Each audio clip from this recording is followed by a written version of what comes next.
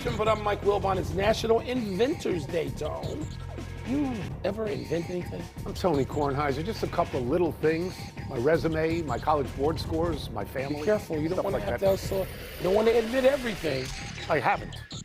I've admitted some of the bigger ones, but I haven't admitted Those everything. are pretty big. Don't worry about it. Welcome to PTI, boys and girls. In today's episode, lousy teams meet in the NBA. Rory has ideas for the PGA Tour, and Steve Young joins us for 5 good minutes. But we begin today with Victor Wembanyama scoring 40 points in only 26 minutes last night in a 136-108 romp over a depleted Lakers team. Wembanyama had 25 points in the first 8 minutes of the game. The Lakers sat Luka, LeBron, DeAndre Lakers this year. By not playing at all, LeBron is now ineligible for any All-NBA team. Wilbon, which is the bigger deal, Wembanyama's performance or LeBron's ineligibility? LeBron's numbers that are all attached to longevity, they don't even matter anymore because he already has all of them. Okay, so that's over here. I watched this last night, not the clips. I watched it in live time. When Wembanyama went wilt, that's what he did. Somebody made the joke, oh my goodness, I'm forgetting who's doing the play-by-play, who said if we keep going like this, somebody's going to have to hand Wembanyama a card that says 100. It says 100. It was unbelievable what he did, and I'm glad he did it. You know what? Okay, so LeBron wasn't there, and Luka wasn't there, and neither was Wilt, and neither was Jerry West, and neither was Shaq. Fine. He went into the place where you put on a show, one of the two places, Madison Square Garden, L.A. He went in there and said, have some of this over and over and over again. I don't care if you're here. And then he said afterward, I want it to be greedy. Greedy. That's a word I associate with 3 people in the history of the NBA. Michael Jordan in no special order, Wilt, and Kobe. That's Bird. So 4. They were so ruthless, and Wembanyama seems to have that. Yeah. And I don't care who was, I don't care if it's you and me. In an empty gym, most dudes who get paid $50 million can't put up 25 points in 8 minutes that he did. So we're going to disagree a little bit here. First of all, you had the game right. Yesterday on the show, you said the Lakers can't win the game, and you listed all the people that weren't going to play. Had them, they so you had that right. The reason I'm not particularly impressed with what Wembanyama did last night, not any other night, last night, is because he wasn't playing against anybody. Who was guarding him? The ghost of George Mikan? Who was guarding him? Nobody was guarding him. Mike, this was not a game. It was a scrimmage. 25 points in 8 minutes. How about this was a scrimmage. Okay, but it was a scrimmage. Now, in terms of LeBron, the fact that LeBron can't be eligible for an All-NBA team, well, that's the rule. He's missed too many games. That's right. And by the way, there are 3 All-NBA teams. There should be 1. The 5 best players, regardless of position, it shouldn't be so bloated, and it only exists for contractual purposes anyway. Yes, it does. Now, in terms of not being on, so what? He is one of the greatest basketball players who has ever lived. Is somebody saying, oh, wait, he didn't make All-NBA third team in 2026. So I don't want to hear that. Wembanyama. Yeah, well, he's great.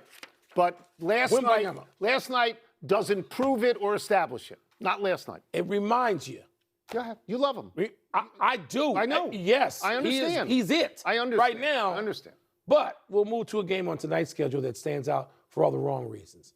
The Sacramento Kings take their 13-game losing streak to Utah to face the woeful Jazz, who have been sitting starters in recent fourth quarters. In the past, the NBA has tried to get teams to compete by altering the draft lottery or creating a play-in. But Tone, is playing not to win a problem the league needs to address again? I live in Washington, D.C., a city where the NBA team is trying to lose. The executives of the Wizards are trying to lose. And by the way, succeeding to lose. They are right now, because they want a higher draft pick. It's all about the draft pick. It's all about the draft pick, yeah. They are 14-38 this year. In the last 3 years, they are 47-169. Everybody should be fired. Nobody has been fired because this is obviously the plan. They just traded healthy players for Trae Young and Anthony Davis, big names who are hurt, haven't played a minute. I'm not sure they will ever play a minute for the Wizards. I'm just not sure about that. And I think fans of this team, if there are any fans left, should bring a class action suit for fraud on the part of the Wizards for selling season tickets and not ever attempting to win. The Utah Jazz are not attempting to win. They're sitting their starters in the fourth quarter. You cannot close out a game when your starters are not playing. You don't want to close out a game. Look, players want to win. Players don't tank. That's right. Coaches, We agree on general managers tank, and owners allow it to happen. We agree on that. It's a plague. 100%. And now we will disagree. The league shouldn't touch this. You know why it can't? Because billionaire owners are going to say, we want to go to court, really? You want to prove that I'm doing this? I don't mean in the case of Utah, because it's easy. By the way, Danny Ainge, I know how much you respect Danny Ainge. He's brilliant. Okay, so let me just mention that Utah, by tanking, you tank to win. So ultimately, you are trying to win. A high lottery pick. See, I know Danny Ainge saw A.J. DeBanza score 36 last night. I'd take the pick away. So if you put, and I too. I'd take the pick If you put DeBanza with Marketing, Kessler, Jaren Jackson Jr., Ace Bailey, and Keontae George next year, they make the playoffs. That's winning. What about this year? What about the fans If at I'm these a games? fan, I want to know my team can win next year. I'm going to quote How somebody. about you know what the sin of the Wizards is? They don't get it right. I'm going to quote somebody. That's the sin. About a month ago, when the Steelers were looking for a new coach, they put Art Rooney II out there, and they said, what about the inevitable big rebuild? And he looked at everybody in that room and he said, we don't do that. We try to win every single game. Good for him. Good for him, and that's why he doesn't own an NBA team, because they don't. You know what? Good for him, and I want DeBanza. Or I want that kid, Caleb Wilson, and so do you in Washington, because then you can stop losing intentionally. 47 and 169, and nobody's fired. They don't get it right. Well, somebody got fired in the previous regime. It's my turn. Let's move to golf. Rory McIlroy is out in California getting ready for the Pebble Beach Pro-Am that starts tomorrow. At a press conference yesterday, Rory said, quote, I think the Players is one of the best golf tournaments in the world, but we have 4 major championships. It's the Players. Doesn't need to be anything else, unquote. Rory also called the PGA, which is a major, glory's last shot, referring back to where it used to be on the major schedule last. In 2019, golf moved it up to second. Now it's in May. Rory wants it back to 4th in August. Wilbon, is Rory right? Both cases, yes. The Players, it's exciting. It's huge. But you can be huge and not be called a major. It's huge. It's the best field. Yep. It's the deepest field. Not a major. He's speaking factually.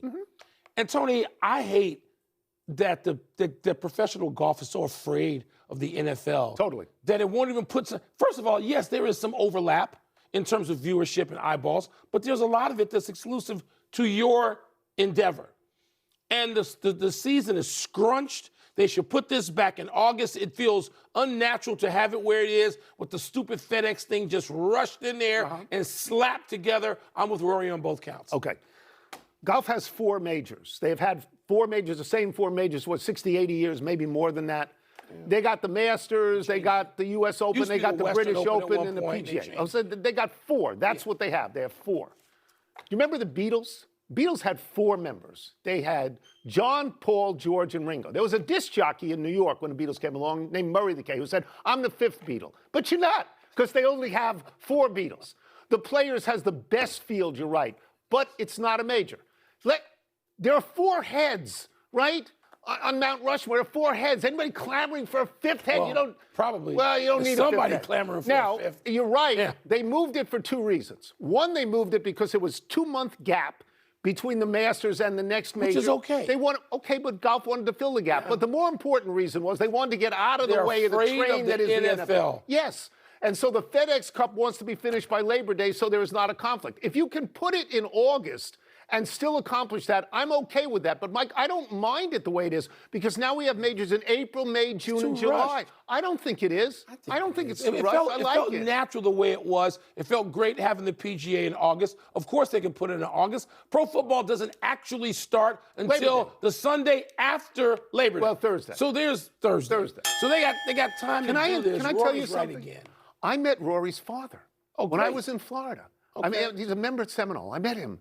He was a lovely guy. Rory's father's a member. Yeah. He was completely lovely. He watches this show. Good for him. And he watches TGL as well. Let's take a break. Now you went a bridge too far. Coming up, we're not done with the NFL season just yet.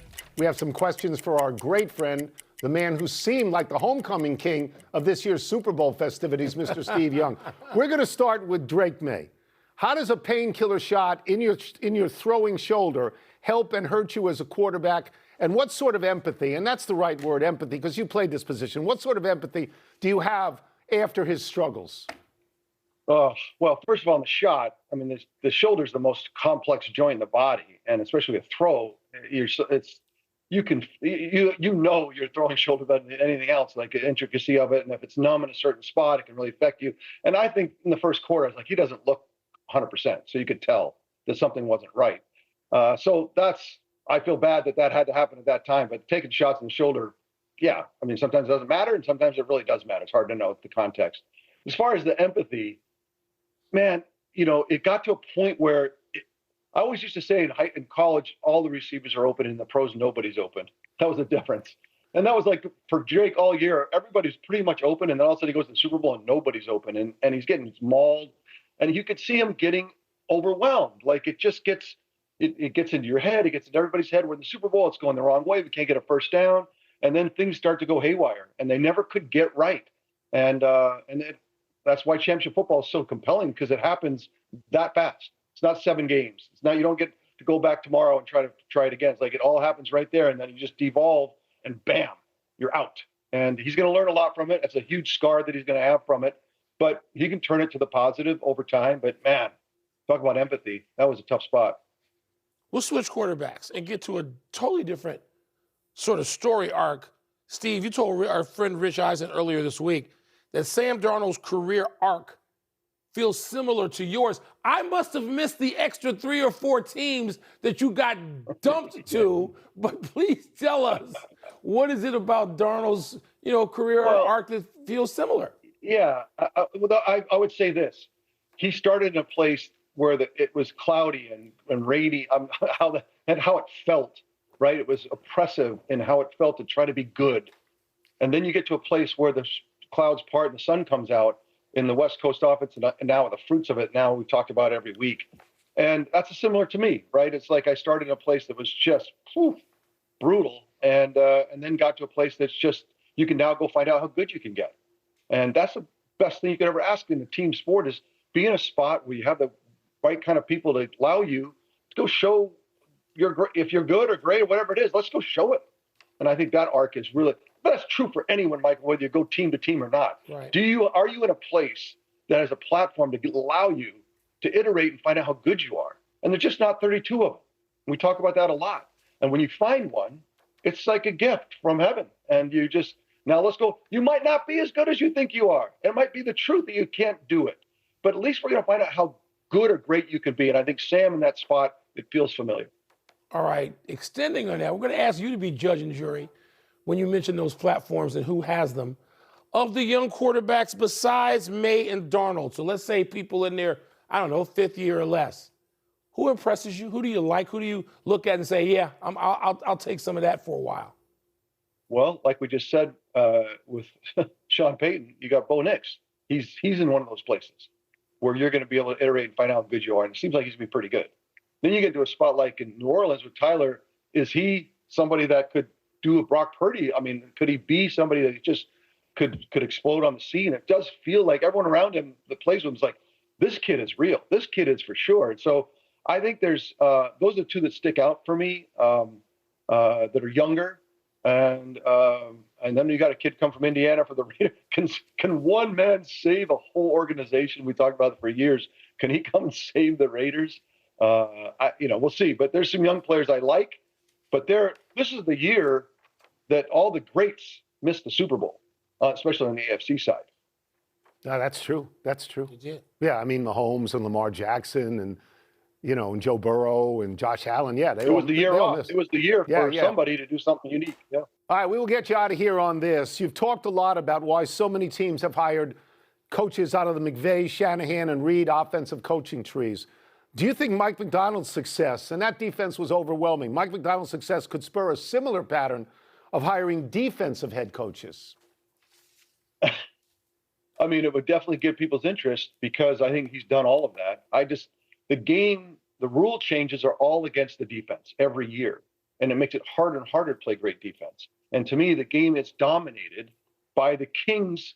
And we took the year off this year. We just talked about the guys that didn't make it to the Super Bowl. But in the Super Bowl, kind of competition, it's the quarterback that's going to do it. So those offenses and those organizations that are built around the kings of the game, they're going to ones that are going to show up in the Super Bowl every year. I understand this is the year off, but defense will always be important. But because it's neglected more and more because of the safety rules and everything else, it's just harder to be great. And the Seahawks, look, they were great. They smothered the Patriots. But look what a really sophisticated Hall of Fame kind of quarterback did the week before with, 500 yards, 450 yards, and 27 out of 30 points for the Rams. Like you can play great defense, but if you have one of those guys, that's what you have to have. And so I'm fine with the defensive coordinator being the head coach, but as long as Clint Kubiak, now that he's gone, as long as somebody shows up that has the sun out and the clouds part and innovation and innovative minds, then we got a shot. Before we let Steve go, he's being modest here. Wasn't it Bill Walsh and your organization that changed? Because before it was Buddy Ryan, it was Bill Parcells. It was all these defensive coaches ruling the universe, and you guys fought that off. Well, and I think that's the beginning of it. There's no question the innovation that changed the game, what happened with the West Coast offense. And now, because of the rule changes that don't allow defenders to launch head first, they're slower to the ball. They can't patrol. We talk about it all the time. It's just the game changed to what allowed even more for the West Coast type of philosophy to get the ball in different spaces with more room to roam. It's just the game's changed dramatically, and offense is the king. And that's what, and it started, no question, it started there, but now it's really throughout the league. And that's why it's unusual for the Seahawks to dominate like the Broncos did 10 years ago, and then like the Ravens did a few years before that. There's been groups of people in the last 25 years, defenses that have dominated, but I think it's a rarity. It is not the constant. The constant is the quarterback's going to rule. Total pleasure to have you on all year. Great, Thank Steve. you so much. Thank you so much. Wow, Absolutely. it's been so much fun. You guys are the best. That's good. I'll miss you. Let's take one last break. Still to come, bad news for two similar baseball